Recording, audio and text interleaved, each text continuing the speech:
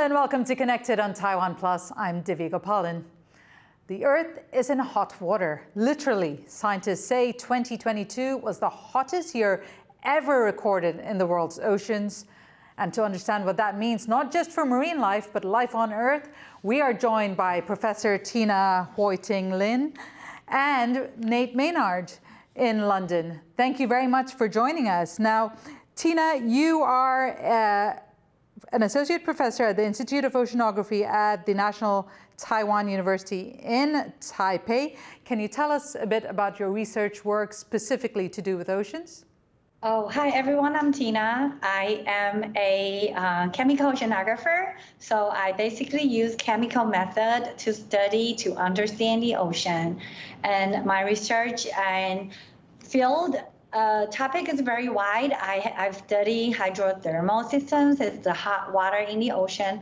I also in Taiwan working on the coral reef waters to understand what kind of water quality the corals are living in. And so basically that's what I do, research. And we're going to talk a lot more about that and actually see you at work during your research. Now, Nate, you are a sustainability consultant. You have a podcast called Waste Not, Why Not, and have a background in the environmental field. Can you tell us more about what you do? Sure. Hi everyone. My name is Nate Maynard. We're on the podcast Nature Nate. It's called Waste Not, Why Not, a sustainability science show where I talk about energy, ocean, and waste issues. I was living in Taiwan for 8 years, and I actually went to Taiwan first on a Fulbright Research Fellowship to study coral reef economics in the Kending National Park. Great. I want to start with the bigger picture here. Now, when we hear governments or policies drawn up, it's always about global warming. Yet what we barely hear about is how 90% of global warming heat ends up in the oceans. Can you explain, Nate, why or how that works and why so little attention is paid to that part of the global warming? The ocean is vast. It's most of our planet. If aliens discovered Earth, they would probably call it ocean instead. And because of that, it's able to absorb a lot of the warming, a lot of the heat through these ocean currents. In terms of why it's ignored, I actually spoke at COP21 about ocean carbon and sort of including ocean in the climate change discussion. And that was the first year in earnest that the climate negotiations really took seriously this role of the ocean. And I think it's really something that's just out of sight, out of mind. Most people don't go into the ocean very much. It's far away, it's hard to see. And really sort of as a culture, we just don't know as much about the ocean as we should. So Tina, then I'll ask you, why is it that global warming does impact the ocean so vastly? And can you tell us about the impact of that, particularly in the seas around Taiwan? So first, I can quickly answer why. So the water has a high heat capacity. That means it can absorb a lot of heat in order to have 1 degree Celsius increase. So it can take up a lot of heat. Okay, and the ocean is very massive. It's like a lot, and then it also circulates. So the deeper ocean is cool, so it can really help to drop down the temperature in the sea surface. What is the impact of that you're seeing in the course of your research in the seas, especially around Taiwan? Our oceans has temperature as it changes, but in the summertime nowadays, the sea surface temperature can go up to more than 30 degrees Celsius. It's really hot and warm, and it causes massive coral bleaching. Yeah, so it has a big impact on us. And rather alarming statistics that we're finding. What are the biggest threats to our oceans? Well, take a look at this chart. Noise pollution, dumping of trash, and excessive carbon dioxide emissions are the biggest sources of marine pollution. And here in Taiwan, unsurprisingly, plastics are a large portion of marine pollution, followed by other waste. In fact, globally, it is plastics that are one of the main causes of marine species extinction, health problems for human beings and animals, and the destruction of our ecosystems. Our producer, Shubham Pal, traveled along the coast to find out what's washing up on Taiwan's shores. 30 kilometers away from Taiwan's bustling capital lies the serene beach of Baltotsuo. From afar, it looks pristine, but go closer and it will reveal a different reality. Objects of all shapes and sizes are scattered along the shore. Across the sand, you'll see washed up garbage, plastic pollutants, and discarded fishing gear. Among the trash, a branded bottle of water which is only available in China, likely to have crossed the strait to add to the marine debris of Taiwan. For like families or people can participate in more like beach cleanup events, environmental events to like really see the problem out there. Environmental entrepreneur Jason Huang is the organizer of this beach cleanup mission, joined by people from all walks of life. They get into action soon after arriving at the Baotouzuo beach. Some items are easy to collect while others are more challenging, but they are motivated. 很多海洋生物就是都会一直就是受迫害，然后海里都是垃圾，所以我们就想要把它们就减少一点。这几乎减不太完，真的。但是就是我们就尽量减。希望我们这个下一代啊，这个环境能够更好。所以透过这个机会，透过这个活动，很有意义。所以我们都有这样子在一直响应。However, casting a shadow over the enthusiasm is the gravity of the situation. We still can find a lot of microplastics spread all over the beach. And it's very difficult to collect them by hand, or even by the machine.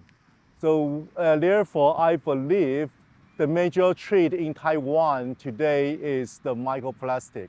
Scientists estimate that over 8 million tons of plastic enter our oceans every year. And microfibers are the most prevalent type of microplastic pieces with less than 5 mm in diameter. We cannot see them, but they are all around us, destroying our environment and polluting our oceans. Microplastic, like the particles, like all those like fragmented plastics, and which is so hard to collect in the beach cleanup events. Even though heaps of garbage are collected during the intense 3-hour-long cleanup drive, there is still a substantial amount of marine debris left behind. 60 kilometers away, in another seaside area in the east of Taipei, Professor Lin is surveying pollutants which are regularly released into the ocean.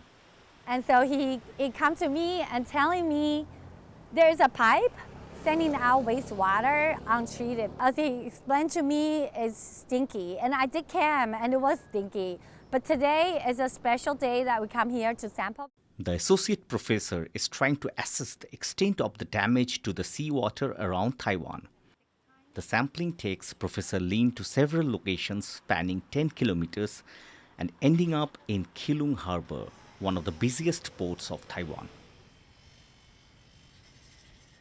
The turbidometer will send out a light, and when there are particles, it will scatter. And so it measures like how much scattering. So the more scattered the light means there are more particles inside. It will take weeks before the results of the seawater testing are revealed. But even before the numbers come out, it is clear that Taiwan's seas are under threat. Siwing Ling and Shubham Pal in Lingkou and Keelung for Connected. Tina, so as you saw there, we did follow you for throughout some of your sampling. I understand that you don't have all the results, but from the results you have at the moment, what did you find? So the Keelung Harbor stinks, like really stinks. And then the local people explained to us because there was like fish markets just right by the street. And then it was not treated before the water gets sent into the harbor. And so like sometimes they will have like the fish scrapped and then they dump in the water. Maybe that's one. Also household wastewater. Taiwan has only like less than 70% of our household and industrial water being treated before they get released into the oceans. That means there are more than 30% untreated. So that's where we sample. Like we went out, it really stinks. And the local people is just so nice. He like scooping it out. And we all wearing our masks. What we learned was the oxygen level was really low. And oxygen level is an indicative of water pollution. So it was quite polluted, the Keelung Harbor. Right, Nate, and there's along in line with that, we saw the beach cleanup, which we often see in many parts of the world, and one of the key things they pick up are plastics. In fact, there is a statistic that environmental scientists put out saying that by 2050, plastic will outweigh all fish in the sea. Do you think we are heading in that direction? Unfortunately, absolutely. And that statistic also looks at the decline in fish as well as the increase in plastic. So by 2050, that's when they estimate that plastic will outweigh them. And if you saw from the video about the beach cleanup, it seemed like the most pernicious trash was actually fishing debris. And I've participated in a beach cleanup in Taiwan every year that I lived there through the International Beach Cleanup Day. And it was always fishing debris. You find styrofoam, which is used for either fish aggregating devices or for growing oysters along the West Coast. And you also find fishing nets with hooks, and that's really dangerous. We can't really equate all types of plastic pollution. A plastic bottle, which not ideal in the ocean, is far less lethal than the fishing debris that we get. And likewise, an anoxic, an area of the ocean that lacks oxygen, is far more serious for fish ecosystems than plastic. So while it is a serious issue, they're correlated. Plastic production in Taiwan causes a vast majority of environmental impacts, and fishing is really the #1 driver of extinction, I feel, at least in most waters. And Tina, do you agree with that? I understand that a lot of your sampling you also do underwater. You get very up close to the corals and marine life. Can you tell us about the impact of the unchecked fishing we have and the fishing debris that you're seeing in the waters deeper down? Yeah, they're like everywhere, the fishing gears. And so it's very sad. So a lot of times that my diving coaches, they always have tools to cut fishing nets, and we try our best. And then I think there are a lot of trash that's not buoyant. So the buoyant one that get trapped at the beach, lucky that we can help to clean up. Or nowadays they have like the big cleanup on the ocean, but those are about the surface ones. Those sink. It kind of like fall between. So for example, the coral reef, the trash is kept between the reefs. So you cannot use them, like a crazy way to dredge the trash without not hurting like marine organisms. And so we have to go diving and we pick it up. And I do have a lot of friends like volunteer doing it. They scuba dive to clean up, but it's very minimum that we can clean up. Right, and Nate, you talk about the fishing industry. Taiwan has one of the busiest passenger and cargo shipping routes, and it's also the waters around this are key fishing areas too. Can you tell us the impact of having an unregulated fishing industry and what that's doing to waters here, and perhaps what we have to contend with in the future across the world? Yeah, it's really tough. Taiwan is in a really special place in the ocean in terms of biodiversity. It's the top of the coral triangle, you could say. It's on the Kurishio Current on the way to Japan, which is sort of like the tuna highway, but there's also dolphins and whales and swordfish. And what that means is that Taiwan, because it's left out of international ocean conservation agreements, this is kind of a loophole. And also Taiwan is a major distance water fishery. From statistics I could find on the Ministry of Foreign Affairs website, Taiwan is the 6th largest far seas fisher, which is saying a lot for a country that's as small as Taiwan. It's quite bad for the planet. It's bad for corals as these nets get cut loose and then they continue to fish, so-called ghost gear. They keep moving around and damaging the corals. I'm really glad you brought up these initiatives and where the government should be taking action. Listen to this. We asked Huang Xiangwen, the Director General of the Ocean Conservation Administration, why the Taiwan government hasn't moved forward with the draft law called the Ocean Conservation Act. Now, this was proposed nearly 4 years ago, and many hope that this regulation would bring Taiwan in line with the United Nations goal of protecting 1/3 of the world's oceans by 2030. And here's what she said. In the past, we hoped to protect 10% of our oceans areas by 2010 and 20% by 2020, but we found that it couldn't be done, so the goal was lowered. And now there's a goal for 2030. but goals for individual countries can differ, so we support making these ideas the foundation for new laws. But more discussion is needed to make them legal requirements, because the government needs to consider all parties. On one hand, we have ocean conservation. On the other, the needs of the industry. If the laws are too detailed, it's difficult for industry to abide by them. We don't want a law like this to become controversial. We hope there can be a consensus before the legislative process begins. So Nate, what do you make of that response from the Ocean Conservation Administration? That's, I would say that's not a typical response from an official in charge of the oceans. If you look at the UK, the US, they're all a part of these alliances called 30 by 30, which is to protect 30% of the ocean by 2030. She seemed to stress that the rules were being changed because countries couldn't achieve these targets. And I think that that's rather strange coming from someone who's in charge of protecting ocean conservation. The reason that Taiwan has the marine protected areas it does, and the reason they're so weakened, is because of lobbying efforts by the fishing industry. It is well known throughout the industry. You talk to anyone who works in the fisheries agency, you go look at the fisheries unions.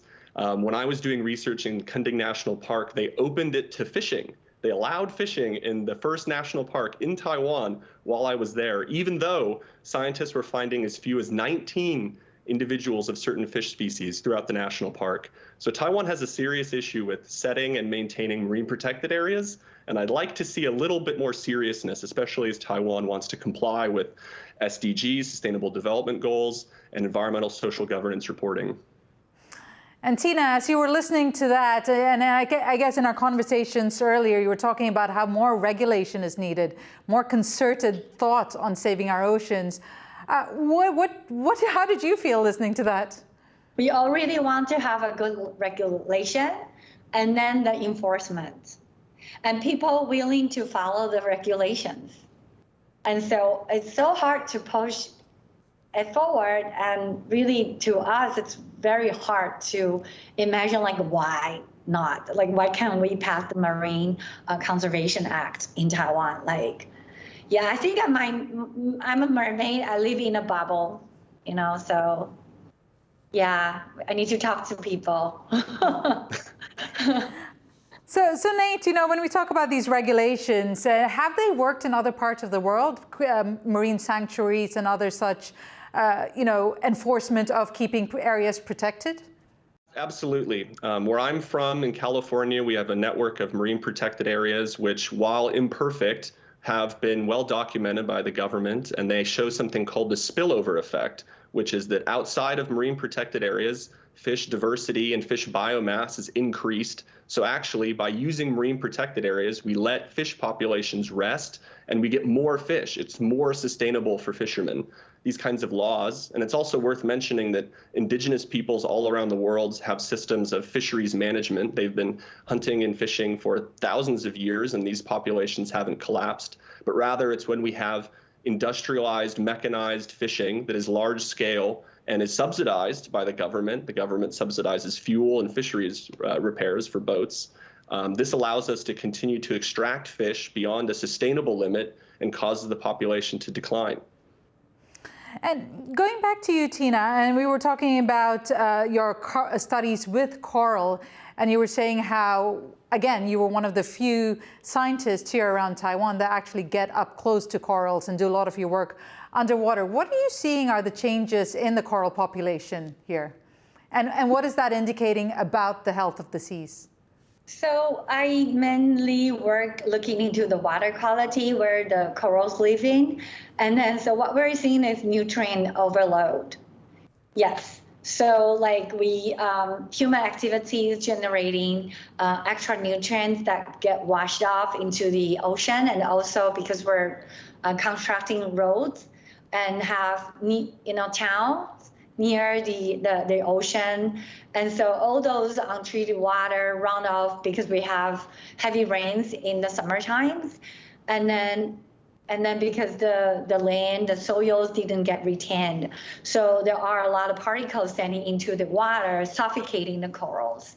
And so there are a lot of issues that we think that we human beings can do to stop, at least, to help them from from land than we can do to give them more opportunities to survive and to thrive.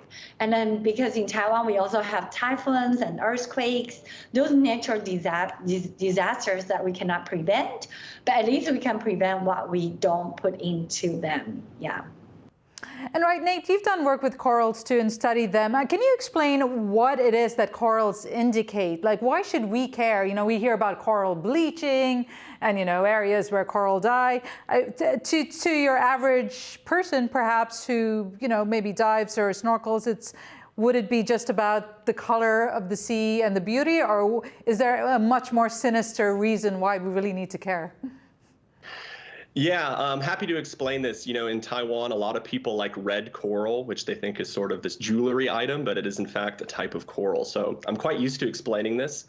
Coral are the rainforest of the sea. They have the highest biodiversity in the ocean. And even if you're cynical and don't care about the beauty of the ocean, then you could at least care about security, because more than 500 million people depend on coral for their primary source of protein. And most of these people are living in areas where they don't have a lot of alternatives. They might be small islands. And so if we were to lose coral, which seems very likely that we're going to see a 90% decrease in coral by 2050, then we're going to affect the livelihoods of these 500 million people.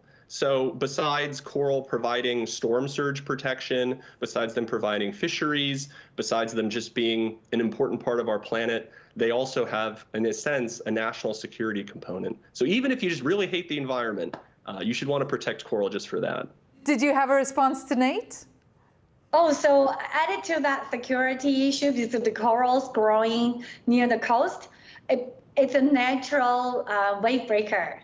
So it really protects our shorelines, to really protect our oceanfront towns. And then because they're living creatures, they grow, and they're strong. So if they die, the protection's gone. From a personal perspective, when you have people come to our seasides or, you know, tourism even, what would you say that they should be doing or be aware of? I think nowadays, like, people are more aware of not putting on sunscreen, or only put on like environment-friendly sunscreen. So that's a big change. And then there are more and more people care for not reduce their usage of plastics. So like people around me, like we always have our own mug or our own bottles, and we don't use plastic straws and stuff. We reuse whatever we have. And so I think nowadays the young generations are doing very well. And also a lot of my students, they hate seafood culture. They hate when people say about the ocean seafood. They hate it. So I think there is a big change nowadays. And, you know, to end on, we're running out of time here, but to end on a positive note, Nate, are you seeing more activism or more awareness, or is there something that we can do to rehabilitate our oceans, or is this just the direction we're heading and we have to accept it? We are by no means doomed. There is hope for the ocean. Coral reefs are living proof of that. They've evolved for millions of years. They are hit by typhoons and they grow back stronger and more diverse. But we have to let them recover. We have to let the ocean recover. There's new ocean treaties that are being passed, a new one recently from the UN to protect areas beyond national jurisdiction. So this is the high seas parts of the ocean, the place where Taiwan often fishes. There's more and more interest in the ocean now that we've done so much work on carbon and renewables. People are starting to realize, hey, wait a minute, we really need to pass these marine conservation laws. So Palau, for example, has designated all of their waters as a marine protected area. Now there's also interest in deep seabed mining, which countries are preemptively banning the exploitation of in their national waters. So we're a long way off, but there's a lot more hope. And like Tina had said, there is a lot of hope in Taiwan. People are very supportive of ocean conservation. It's not like, I'll just say it's not like other countries. When I tell people I work on climate change or ocean issues, everyone in Taiwan is supportive. They have a story about being near the ocean or loving it. So I just hope that they can get government policies to support, you know, the everyday person's love of the sea. Right, both of you have underlined the fact that we humans need to make a concerted effort to protect our oceans and stop its devastation. Governments take this seriously, but we also need to take action at an individual level. And here's one person who was acknowledged by the United Nations for undertaking the biggest beach cleanup in world history in his hometown of Mumbai in Western India. Afroz Shah, who is a lawyer, told Connected about his ongoing mission. I strongly feel, each one of us must do a tiny bit. Start wherever you are. Don't wait for other people. We are 7 billion. Imagine if each one of us says, I'll reduce one plastic piece. Every day, 7 billion plastic pieces will go on. That's the power of unity. That's the power of collaboration. That's the power of love. We must start taking, wherever you are, anybody who's listening to me, please go to your home, check up what are the problem areas with your garbage. What are you doing which will trouble other species in the planet? And that is the question you should be asking yourselves. What are you going to do to save our oceans? We've heard from Tina Hui-Ting Lin and Nate Maynard. Thank you both so much for helping us understand why we need to act urgently. And to our viewers, thank you for your company and do stay connected.